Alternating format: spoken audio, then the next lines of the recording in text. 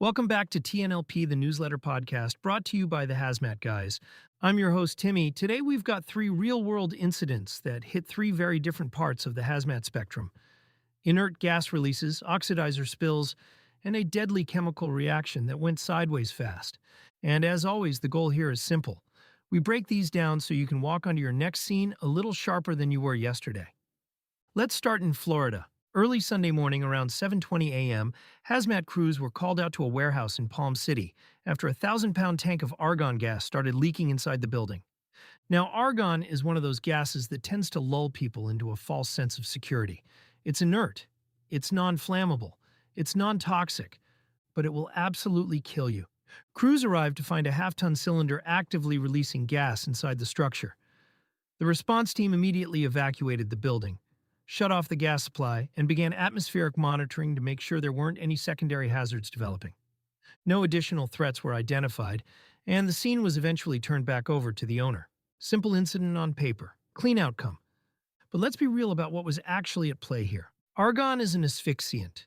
It displaces oxygen, no warning properties, no irritation, no smell. You don't feel it coming. You just get stupid, then unconscious, then dead. This is the exact type of call where meters, discipline, and understanding confined space dynamics matter more than anything else.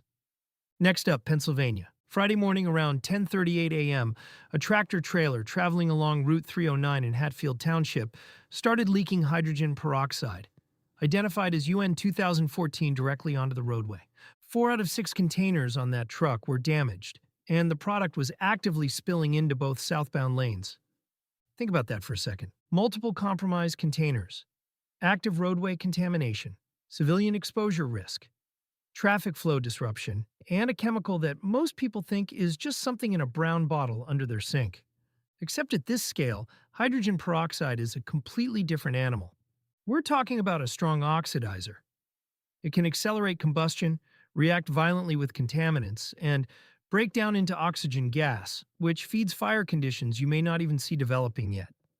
Emergency crews shut the area down, rerouted traffic, and worked to contain the spill while keeping the public out of the hot zone. No injuries reported, which is a win. But this is one of those incidents where the hazard isn't just the product itself. It's the environment it creates. You've got roadway contaminants, fuel residues, debris, all potential reaction partners. And if you don't recognize that early, you can walk yourself right into a problem that escalates fast. Now we're going to shift gears, because this last one is heavy. West Virginia. A chemical incident at a facility near Charleston resulted in 2 fatalities and over 20 exposures after what officials described as a violent reaction of chemicals. Here's what we know. Workers were cleaning a tank ahead of decommissioning when nitric acid, a strong corrosive and oxidizer, reacted with a substance identified as M2000A. That reaction generated hydrogen sulfide gas, which rapidly off-gassed inside the building. Workers were exposed almost immediately. 2 employees died. 21 required treatment, including decontamination. 1 remained in critical condition. Even 7 responders had to be evaluated after potential exposure.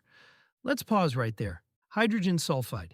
This is one of those gases that everyone thinks they understand because of the rotten egg smell. But at high concentrations, that smell disappears. Your olfactory nerve shuts down. Now you're blind to it. And at lethal levels, hydrogen sulfide acts fast. We're talking rapid unconsciousness, respiratory failure, and death.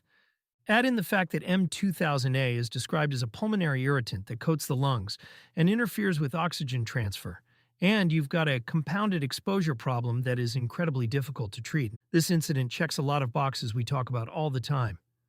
Confined space, unknown residuals, chemical incompatibility, off-gassing, immediate IDLH conditions, and responders stepping into that environment trying to save lives. Here's the thread that ties all 3 of these together. Recognition. Not just identifying a product name, recognizing behavior. Argon doesn't burn, but it kills silently. Hydrogen peroxide doesn't always look aggressive, but it can turn an environment into a reactive system. And mixing chemicals without full awareness of compatibility can create lethal atmospheres in seconds. This is exactly why we push so hard on training. At the HazMat Guys, this is what we build our programs around. Real incidents, Real decision-making, real consequences. Whether it's meter interpretation, chemical behavior, PPE selection, or scene control, the goal is to make sure you don't have to figure it out for the first time on a real call. That's it for today's breakdown. 3 incidents. 3 very different hazards. Same underlying lesson. If you're not constantly sharpening your understanding of how these materials behave, the scene will teach you the hard way. Stay safe, stay sharp, and we'll catch you next time. Timmy, over and out.